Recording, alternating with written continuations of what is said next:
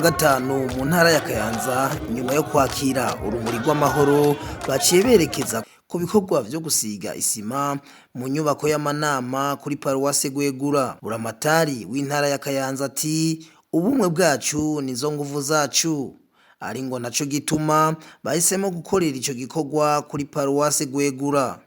Ubumwe bwacu nizo nguvu zacu, ico ni icivugo c'abanyakayanza kuko turi kumwe twese birashoboka. Na rero uyu munsi mubona turiko turiyubakira iyi nyubakwa y'amakoraniro y'amanama yo ngaha kuri Paruwase ya Gwegura, tukaba twashingiye kuza kwifatanya na Paruwase n'ishengero Gatolika ririko rirubaka iyi nyubako y'amanama, kuko iyi nyubako izokoreshwa na Paruwase gusa, izokoreshwa n'abanyakayanza, na cyane cyane ko inyubako nk'izi dusanzwe tuzikeneye cyane.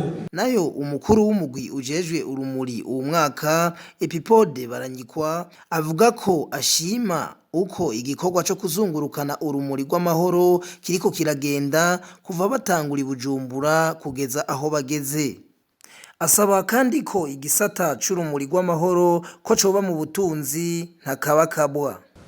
Nkuko nari nabigize ku munsi wo gutangura, saba inzego mbere ku rwego rukuru rwiga amategeko ko iki gikorwa cyo kuzunguruka n'urumuri dutsimbataza amahoro duciye ku rumuri n'ibikorwa bihuza twese mu kwiteza imbere,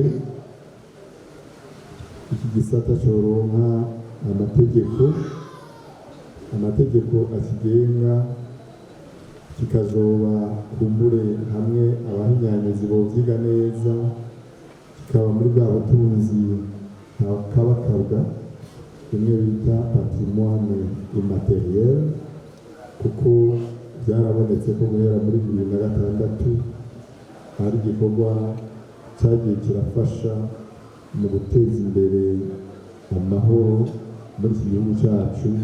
Murazi akari gahitiye imbere y'iyo myaka.